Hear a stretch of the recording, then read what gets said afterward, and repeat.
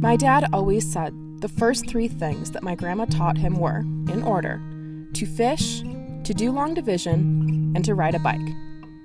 My Grandma Roseanne was truly a one-of-a-kind woman. Until the day she died, she could outfish all of us combined. But even though she's not here with us anymore, her spirit lives on in the great rivers, creeks, and streams of Montana.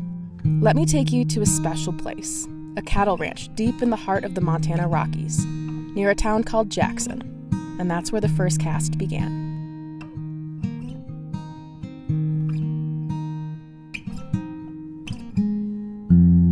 You're by yourself, and when you go to big rivers, there's always people around, right?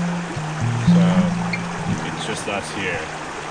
There's us, the fish, and the mountains, pretty much. Meet Roseanne Clemo Penwell, a rancher's daughter, the second of 6 kids, an incredible hunter, cowgirl, mother to 3 amazing boys, grandmother and great-grandmother, and a legendary fisher.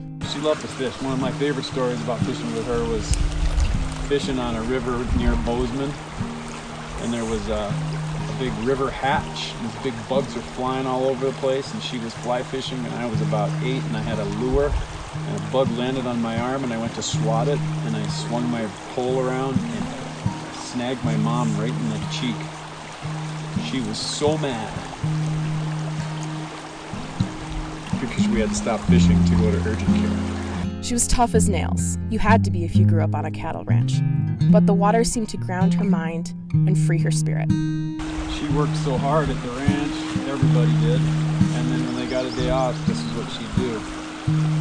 She told me stories about how she'd lay on the riverbank and put her hand underneath the undercut of the riverbank, and there would be little brookies underneath there, and they would kind of swim out of the way, and then she'd just keep her hand in there, and then they'd settle back in, and she'd grab them with her bare hands. When she wasn't catching fish barehanded, she was riding horses, traveling the world, painting, doing pottery, chasing after her 3 boys and husband, skiing, collecting antiques, and taking in the unmatched Montana beauty.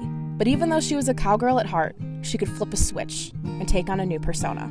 She's the lady who would go out and fish or go out and round up cattle or be on a horse all day, and then they would have a function. She'd get out, go shower, put a cocktail gown on or a dress, and then go out and hang out with friends and do a fundraiser. She just was able to multi-cultures. Fishing is our way of honoring her memory, one of the things she loved to do most, in the place she grew up, surrounded by majestic mountains and with the people we love. Let's do some fishing, honey.